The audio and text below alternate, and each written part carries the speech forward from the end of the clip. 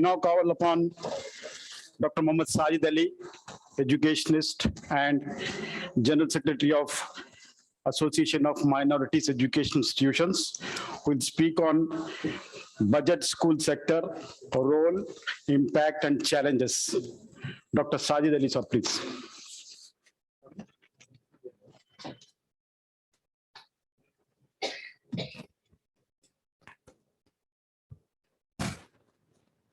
वालेकुम वरहमतुल्लाहि वबरकातुहू। मोहतरम जनाब ए.के. खान साहब, IPS रिटायर्ड मुशीर आला माइनॉरिटी अफेयर्स, मोहतरम मोहम्मद अब्दुल अजीम साहब सेक्रेटरी टू गवर्नमेंट, और हमारे मेहरबान प्रोफेसर आमिरुल्लाह खान साहब, और हमारी एसोसिएशन के प्रेसिडेंट जनाब अनवर साहब, और हमारे दीगर साथी और फ़ुक़हा, और ख़ास तौर से ऑफ द डैश जो स्कूल लीडर्स हैं, ख़वातीन हज़रात और बच्चों। चूँकि मोहतरम ए.के. खान साहब को जाना था तो मैंने उनसे 10 मिनट मांगे हैं, क्योंकि ये जो मेरा टॉपिक है ये एक्चुअली आज के जो हमारा सेशन है वो 2 थीम्स हैं। एक contribution of Maulana Azad to the Indian education system है, और दूसरा जो हमारा थीम है वो है role of budget school sector. ये हमारे 2 थीम है, तो लिहाजा मेरा ये प्रेजेंटेशन इंशाल्लाह सिर्फ 10 मिनट का रहेगा। मैं अपनी गुफ्तगू में पहले ये अर्ज करना चाह रहा हूँ कि आज़ादी से पहले जो हमारा निज़ाम तालीम था वो रिलीजियस इन नेचर था। या तो गुरुकुला के जरिए से होता था या तो फिर मदारिस के जरिए से होता था। ये आज भी जारी हैं, गुरुकुलास भी जारी हैं और मदारिस भी जारी हैं, लेकिन सोली प्री इंडिपेंडेंस अगर आप देखेंगे, चूंकि अंग्रेजों का मकसद यहाँ पर तालीमी इदारे कायम करना, उसकी फंडिंग करना खतई नहीं था। लेकिन जब आज़ादी के बाद जब पहली बार मौलाना अबुल कलाम आज़ाद को एजुकेशन का पोर्टफोलियो दिया गया, जवाहरलाल नेहरू कहते हैं कि उस वक्त कैबिनेट में एजुकेशन मिनिस्टर के लिए पोर्टफोलियो देने के लिए उससे काबिल शख्स कोई नहीं था, तो चुनाचे मौलाना आज़ाद को ये पोर्टफोलियो दिया गया। वो 3 बुनियादी बातें जो है की हैं जो आज की मुनासिबत से मैं अर्ज करना चाहूँगा। सबसे पहले उन्होंने कहा कि ये डेमोक्रेटिक कंट्री कामयाब होने के लिए ज़रूरी है कि डेमोक्रेटाइजेशन ऑफ एजुकेशन किया जाए। यानी ये पहले कलोनलाइजेशन ऑफ एजुकेशन था, तो उससे उन्होंने बेड़ा उठाया कि इसको डेमोक्रेटाइज किया जाए एजुकेशन को। दूसरा उन्होंने कहा कि एजुकेशन को सेक्युलराइज किया जाए, यानी state should not take the responsibility of teaching the religion. National education policy में मेरे को यही खतरा नजर आता है कि फिर जो है ये ख्वाब कहीं उलट ना जाए। और तीसरा जो उन्होंने ख्वाब जो देखा था वो था यूनिवर्सलाइजेशन ऑफ एजुकेशन, यानी मुल्क का हर बच्चा तालीम हासिल करे, कोई तालीम हासिल करने से पीछे ना रहे। उनका वो जो ख्वाब था, कॉन्स्टिट्यूशन में शल इंडीवर का वर्ड यूज हुआ था, लेकिन 2009 में राइट टू एजुकेशन एक्ट बना, तो कहीं उन्हीं की जो है सोच थी जो राइट टू एजुकेशन एक्ट की शक्ल में आज हमारे पास आया है। तो मैं समझता हूँ कि मौलाना आज़ाद का जो कंट्रीब्यूशन, वैसे तो हायर इंस्टीट्यूशन में मोहतरम ए.के. खान साहब उसको कवर करेंगे, लेकिन स्कूल एजुकेशन में खास तौर से सेक्युलराइज एजुकेशन को करना, और दूसरा बड़ा जो कंट्रीब्यूशन था उसको डेमोक्रेटाइज करना, और तीसरा जो उनका जो कंट्रीब्यूशन था यूनिवर्सलाइज करना, एजुकेशन को यूनिवर्सलाइज करना। जब हिंदुस्तान जब आजाद हुआ, जब पहली वजारत उनको दी गई, तो सबसे पहले उन्होंने तालीमी इदारों का जाल इस मुल्क में फैलाने की कोशिश की, लेकिन चूंकि उतना सरमाया नहीं था तो लिहाजा उन्होंने गवर्नमेंट स्कूल के साथ साथ एडेड स्कूल्स को भी प्रमोट किया। तो चुनाचे हम पहले 3 या 4 डिकेड्स अगर देखेंगे तो on par with government institutions, aided institutions भी काफी उनका, आप 1978 तक देखेंगे तो ऊपर जो गवर्नमेंट स्कूल का जो कंट्रीब्यूशन था 74% था, और जो ग्रीन में प्राइवेट इंस्टीट्यूशन, जो प्राइवेट अनएडेड जो ब्लू में है वो बिल्कुल कम उसका परसेंटेज था, और एडेड का ज्यादा था। लेकिन आप देखेंगे कि ये मैं स्लाइड को फुल स्किप करना चाह रहा हूँ।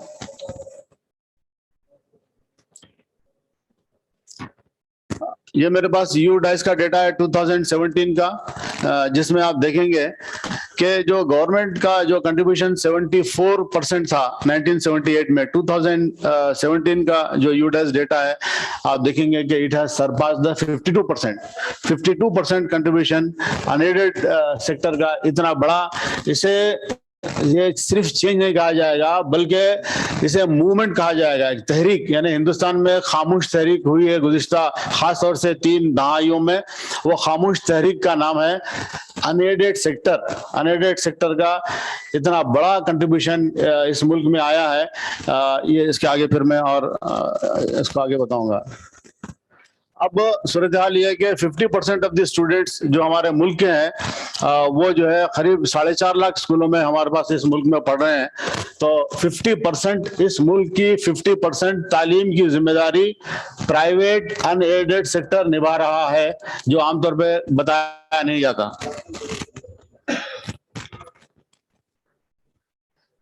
आमतौर पे प्राइवेट स्कूल के बारे में जैसे हम वर्ड सोचते, हम ये सोचते कि प्राइवेट स्कूल फॉर प्रिविलेज्ड, यानी ये ऐसे लोग हैं जो क्रीमी लेयर पढ़ता है। आपको सुनकर हैरत होगी कि 45% ऑफ द स्टूडेंट्स, यानी 9 लाख जो बच्चे हैं उसमें 9 करोड़ बच्चे जो प्राइवेट स्कूलों में पढ़ते हैं, उसमें 4.5 करोड़ बच्चे 500 से कम माहाना फीस देकर पढ़ते हैं, जिनको लो फीस स्कूल्स कहा जाता है। अगर आप ये डेटा देखेंगे कि proportion of enrolment in various fee tyres, इससे आपको पता चलेगा कि 45% जो स्टूडेंट्स हैं जो कॉन्स्टिट्यूट, वो less than 500 rupees per month fees देकर पढ़ते हैं। और सिर्फ जो बाकी का जो 3 सेक्शंस हैं ये वो हैं जो लेस देन 1000 रुपीज फीस देकर पढ़ते हैं। तो सबसे बड़ा जो कंट्रीब्यूशन इनकलाब प्राइवेट स्कूलों ने इस मुल्क में जो लाया है वो प्राइवेट स्कूल फॉर एलीट से उसको नीचे लाकर लो फीस स्ट्रक्चर में लाया है, अफोर्डेबल बनाया है, नेबरहुड स्कूल बनाया है। ये प्राइवेट स्कूल्स का इस मुल्क के लिए बहुत बड़ा कंट्रीब्यूशन है। अगर आप ये स्लाइड देखेंगे, पहली स्लाइड में 10.9 लाख स्कूल्स हैं गवर्नमेंट जो चलाती है, जिसमें से 13 करोड़ बच्चे पढ़ते हैं। ये नीचे का जो आप 4.6 लाख स्कूल जो पढ़ रहे हैं उसमें 11.9 करोड़ चिल्ड्रन पढ़ रहे हैं। ये फिगर्स आप कंपेयर करेंगे तो पता चलेगा कि सिर्फ 4.5 लाख स्कूलों में 11 करोड़ बच्चे पढ़ रहे हैं प्राइवेट स्कूलों में इंडिया में। गवर्नमेंट स्कूलों में 30 करोड़ पढ़ रहे हैं, 13 करोड़ पढ़ रहे हैं। तो ऑलमोस्ट उनका जो फिगर है तकरीबन बराबर है, लेकिन स्कूल देखेंगे तो आधे से कम है। यानी प्राइवेट स्कूल का जो रेशियो है, एक स्कूल में ज्यादा बच्चे हैं compare with the government school।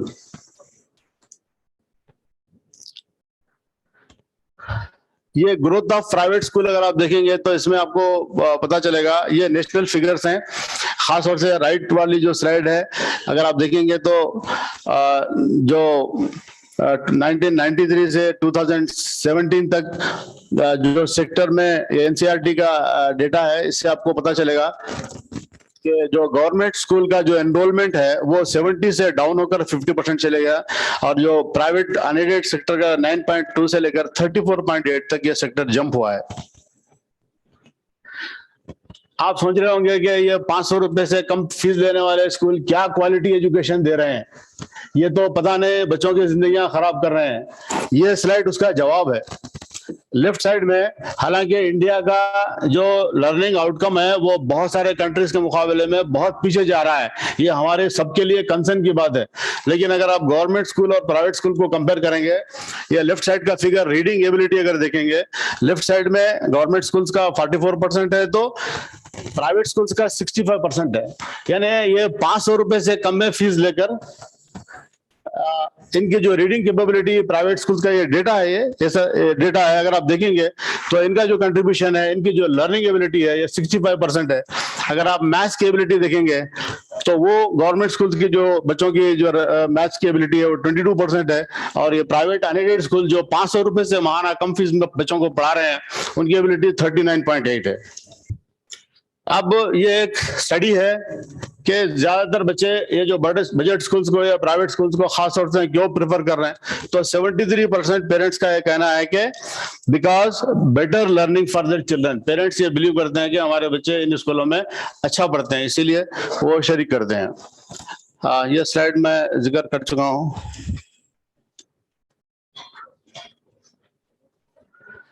India के ऐसे जो स्टेट्स हैं, खासतौर से गोवा एक ऐसा स्टेट है जहां पर 83% प्राइवेट स्कूल्स हैं।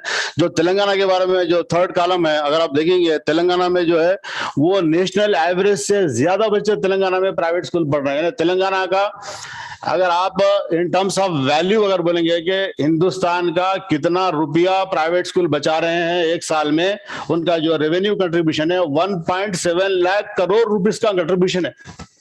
अगर हुकूमत इतने इतने बच्चों को पढ़ाती तो उसको 1.74 लाख करोड़ रुपए खर्च करना पड़ता था। खासतौर से तेलंगाना में इनका जो कंट्रीब्यूशन है वो दूसरे स्टेट्स के मुकाबले में देखेंगे आप तो वो 57%, यहाँ पर तेलंगाना में 56.17% है। आमतौर पे प्राइवेट स्कूलों के बारे में कहा जाता है कि people prefer private school because of English. This research says no. ये जो ब्लू जो स्ट्रिप है वो ये कहती है कि it is parents are preferring the private budget schools particularly only for the reason of better environment. ये स्कूलों का माहौल अच्छा होता है इसीलिए हम इन स्कूलों को प्रिफर करते हैं। इंग्लिश का रीजन जस्ट 12% है और अदर रीजन 4.7% है। अब मैं आखिरी स्लाइड है मेरी ये चैलेंजेस जो है वो budget school sector is highly heterogeneous in nature. लेकिन जो रूल्स एंड रेगुलेशन जो बनाए गए हैं वो 500 रुपए से कम लेने वाला स्कूल और मान लीजिए कि 4 लाख रुपए एक साल फीस लेने वाला स्कूल, दोनों के लिए रूल्स बराबर हैं। यानी रूल्स एंड रेगुलेशंस इस तरह से बनाए गए हैं कि they are homogeneous in nature but the reality is heterogeneous. ये सबसे बड़ा चैलेंज है। दूसरा चैलेंज है rules and regulations governing private schools don't consider data. ये जो जितने भी रूल्स एंड रेगुलेशंस एक्रेडिटेशन के बनाए गए हैं they are not based on data, research पर भी बेस्ड नहीं है और finding parameters like literacy rate पर भी नहीं है, डेमोग्राफिक बैकवर्डनेस वगैरह पे भी नहीं है।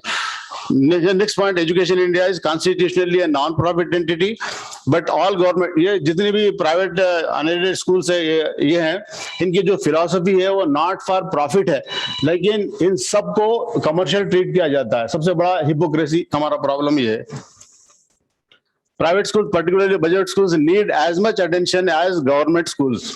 ये बहुत इंपॉर्टेंट मसला है हमारा कि जिस तरह से कि गवर्नमेंट स्कूल के बच्चों को अटेंशन चाहिए, जरूर चाहिए, हमारे बच्चों को भी अटेंशन चाहिए, हमारे स्कूलों को भी उतना ही अटेंशन चाहिए जितना गवर्नमेंट स्कूल्स को चाहिए। मल्टीपल अब दूसरी चीज ये है कि प्राइवेट स्कूल चलाने के लिए तकरीबन बहुत सारे डिपार्टमेंट्स से उनको साबिका पड़ता है। There are multiple agencies which are governing the private schools. ये हमारा मसला है। ये आखिरी स्लाइड है। सवाल ये है कि प्राइवेट स्कूलों के बारे में क्यों पब्लिकली नहीं कहा जाता है। वो एलिफेंट इन द रूम वाली बात है। हर आदमी को हाथी नजर आता है लेकिन कोई बोलना नहीं चाहता। शुक्रिया।